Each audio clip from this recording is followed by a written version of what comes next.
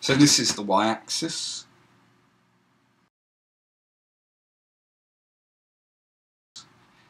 We have a threaded rod going through the centre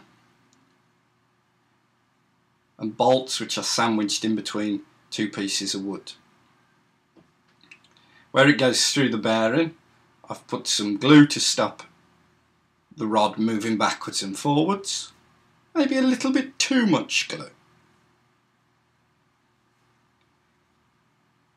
Then the nut is sandwiched in between the two pieces of wood, and then what forms the x-axis goes down either side, and they're locked in place.